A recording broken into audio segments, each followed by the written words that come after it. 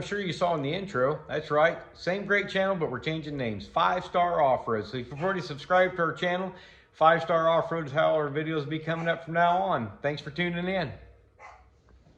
Hey, welcome back. Today we're talking lights. It's a subject that's up to each individual person. If you want to order a $79 light bar off of Amazon and you're perfectly happy with it, so be it. I've kind of always been of the opinion that if you buy a little better light, spend a little more money, obviously you get better quality, better light output, better quality light out of them. But there again, it's up to anybody else. I'm not bashing anybody for what you choose to do. I've always been a big fan of the Rigids. They seem very durable, great product, very good light output, but they are not cheap by any means. I got a buddy of mine that's got a set of black oak LED and cubes, and he keeps telling me I really need to try them out, that he thinks they're a great product for less money than what the Rigid is. So that's what we're going to do here today. We're going to go through kind of seeing what came with the black oak LEDs, getting them mounted up, and then going into, at least in my opinion, the difference in the light of the two pods. So let's jump right in.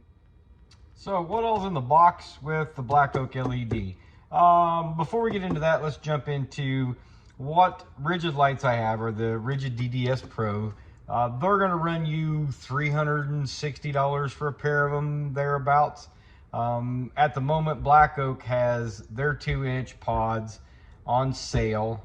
You can get them in a couple different, you can get a 5 watt or a 10 watt. I got the 10 watt. They're going to run you about $220 for a pair of them. So that's a $140 difference. That's a pretty significant difference. The Black Oaks do come individually, so you have to order 2 lights. I couldn't find them as a pair. If they do have them, I couldn't find them. My initial impression is they do seem to be very heavy duty. They're a heavy light, aluminum housing. They do have a valve here that lets moisture out of it should you happen to get any moisture inside of it, which you shouldn't. They're sealed, but just in case they do. Mounting brackets. Each light has the waterproof connector. The blue on here, by the way, is just a protective cover. I haven't taken it off yet. The wiring harness comes as a complete, really plug-and-play type harness. It has your relay, your fusible link, even has a switch already wired in, and then your plug that plugs into your waterproof connector. So positive and ground, and you're good to go. I'm going to do it a little bit differently, just because I'm going to hook it into my pulse bar, and I'm going to run a single switch because each light did come with this entire harness. One other thing that they do also include, if you're going to run more than one light, they also have a harness that links those 2 lights. So basically you'll just put in one of the wiring harnesses, plug it into here, and then split that out to each individual light. So let's go through how I'm going to mount them and get them all hooked up, and then we'll kind of see what we think of the differences of them. I like being a little different.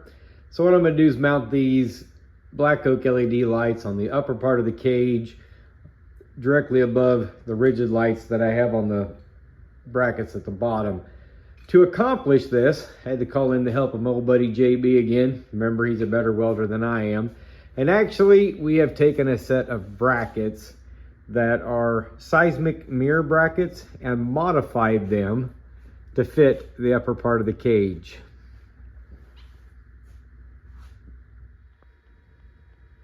Basically, these seismic mirror brackets kind of work like a clamp, made to fit specifically to the General's cage.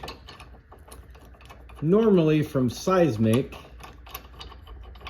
they come out here off the side, and your mirrors then bolt into them. We cut those tabs off and then welded tabs on the front here to mount the lights to, just for a totally little different look than what I've seen anybody else do. So if you are interested in doing the same thing, I'm sure you can buy these brackets separately from Seismic to modify your own.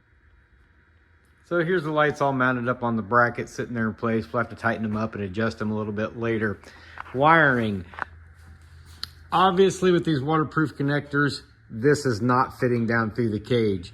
Black Oak very specifically says in their paperwork that should you cut or modify this cord, that it voids the warranty of the lights. So my solution for that is the wiring harness. This portion of the wiring harness is the part that plugs into the light.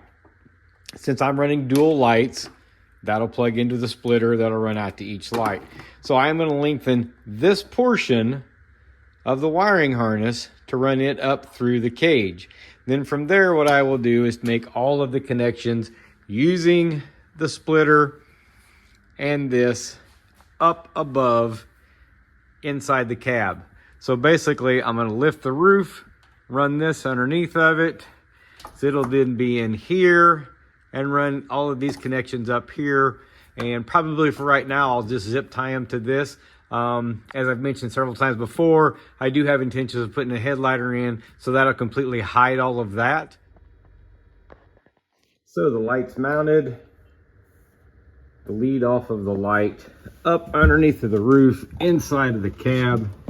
So our waterproof connection is in here. Like I said, remember Black Oak says if you modify this cord, it does void the warranty. So I extended the wiring harness up through the cage, come out to reattach the plug. So all these waterproof connections are in here above the roll bar, above the windshield. Again, I'm going to put a headliner in here, which will hide all of this completely. From there, it's a pretty basic wiring. You can simply run their pre-wired switch and all of that. What I did, just for my purposes, since I already had one set of cubes, I went ahead and ran them into the same switch. So when I turn the switch, it turns on all 4 of the lights.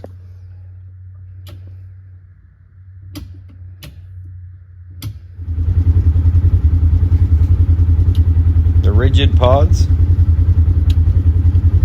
Black Oak LED pods.